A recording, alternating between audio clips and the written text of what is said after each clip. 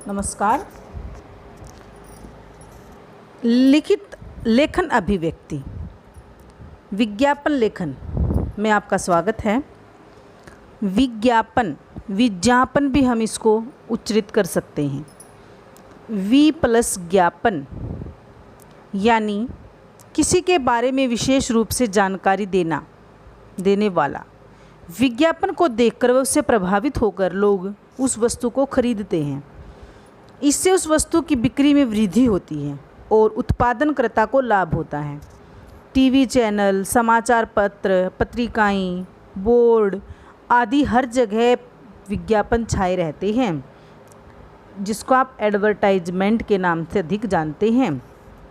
विज्ञापन के द्वारा ग्राहक यह जान पाता है कि उस वस्तु में क्या विशेष गुण हैं, फिर वह अपनी आवश्यकता व बजट के अनुसार वह वस्तु खरीद सकता है।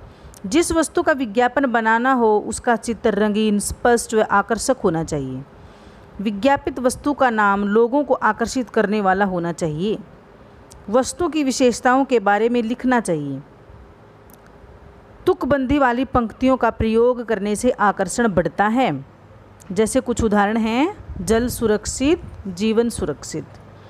इस प्रकार का आपने विज्ञापन बनाना है तो आप उसका जो चित्र है वो थोड़ा आकर्षक बनाएं, रंगीन बनाएं और उस पर जो आप लिखेंगे वो तुकबंदी वाली पंक्तियाँ होनी चाहिए, प्रभावशाली पंक्तियाँ होनी चाहिए। जल है तो कल है। प्रस्तुतिकरण में नवीनता होनी चाहिए, यानी जो आप प्रस्तुत कर रहे हैं वो नवीन शब्द होने चाहिए, नए नए शब्द होने चाहिए, नई नई बातें होनी चाहिए, ताकि ग्राहक उसी तरह की दूसरी चीज़ों को छोड़कर विज्ञापित चीज़ की तरफ आए। मतलब आपने जो विज्ञापन दिया है, आप जिस चीज़ को बेचना चाहते हैं उस चीज़ की ओर लोगों का आकर्षण अधिक हो। अब इस प्रकार का विज्ञापन आपको लिखना है। जल है तो कल है। आप कोई भी तस्वीर बनाएं, उस पर पृथ्वी की सतह पर 2/3 जल है, लेकिन 0.002% जल ही प्रयोग करने लायक है। जल बचाएं, अपना जीवन बचाएं। मतलब यह बात सबके द्वारा जनहित में जारी है, सरकार के द्वारा।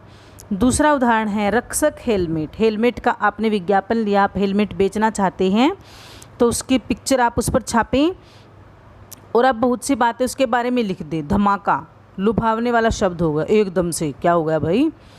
मजबूत, हल्के, टिकाऊ, आकर्षक रंग एवं डिजाइन, स्टॉक सीमित। महिलाओं के लिए विशेष हेलमेट भी उपलब्ध है, इससे भी एक आकर्षण बढ़ा। आपके सिर का रखवाला, रक्षक हेलमेट। नाम भी देखो कितना अच्छा रखा है। विज्ञापित वस्तु का नाम तो क्या रखा? रक्षक हेलमेट। चित्र छाप दिया है आकर्षक, मतलब अच्छे वाला चित्र उसका बनाएं जिससे लोगों को ये लगे कि कुछ नए तरीके का है, कुछ नई बनावट का है, डिजाइन का है। रियायत का उल्लेख, मतलब हर कोई चाहता है इसमें कितनी कटौती होगी, तो क्या लिखा? 15% की भारी छूट। एक बार अवश्य खरीदें या एक बार सेवा का मौका अवश्य दें। उसके बाद जैसे कूलर का है, गर्मी का मौसम है, तो शुरू में कोई ऐसी बात लिखिए जिससे आकर्षण पैदा हो। क्या आप गर्मी से परेशान हैं?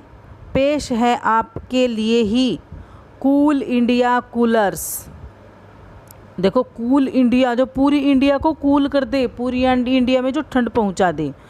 छोटी बड़ी साइज में उपलब्ध, आकर्षक डिजाइन एवं रंग, मजबूत बॉडी। फिर MRP यानी मूल्य पर 10% की छूट। उसके साथ हम कोई चीज़ जब खरीदते हैं तो वारंटी भी देते हैं, 5 साल की वारंटी।